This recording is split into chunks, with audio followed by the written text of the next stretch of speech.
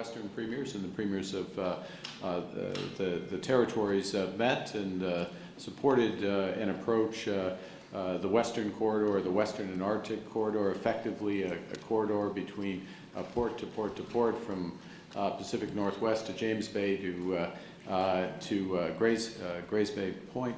And within that are opportunities in energy, critical minerals, and well beyond.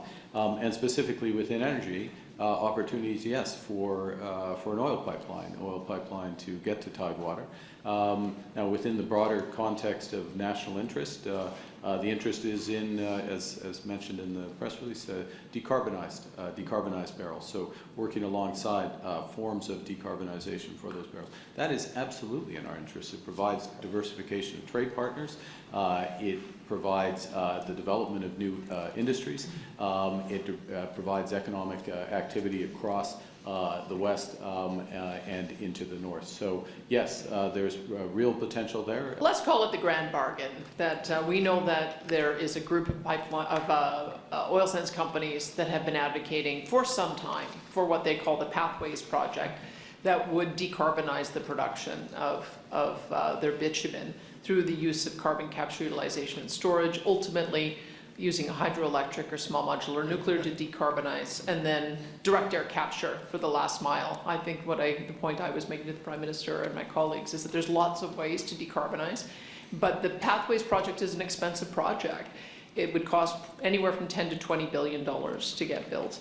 And to make the economic case for that, having more egress with more barrels to be sold to Asia is the way to pay for it. If we had a 1 million barrel a day pipeline going to the Northwest BC coast, that would generate about $20 billion a year in revenues. And so that seems like a pretty good value proposition if both of those projects can proceed at once. I mean, it's up to us to find the proponent, I think. I think if there's some certainty that a process is going to be successful in a reasonable period of time, a 2-year window, I think that there will be a proponent that will step forward.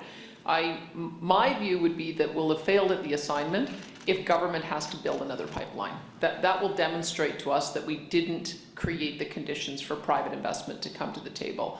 So I'm encouraged that the Prime Minister is prepared to do a 2-track process. Let's identify a project and a window and work towards identifying the ways that some of the barriers that have been in the way of the current regulatory process, at the same time as working on fixing the regulatory process so that it makes future projects easier to approve. I think the reason we have to have a fast track is because we know that there are barriers. And so if we can kickstart it and have a dual track, I think that we may be able to achieve the outcome. When we hear the Prime Minister talking about being an energy superpower, we haven't heard that kind of language for some time on both conventional and clean power.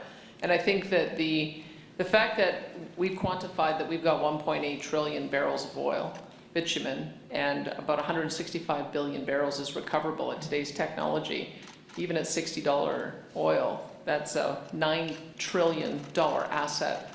And you simply wouldn't have a policy of leaving a $9 trillion asset in the ground when it can stand to benefit everyone. You have to address issues, of course, of Indigenous ownership and equity partnership. You have to address issues, of course, of emissions and other environmental issues. But that's what I heard, is how do we have an all of the above approach?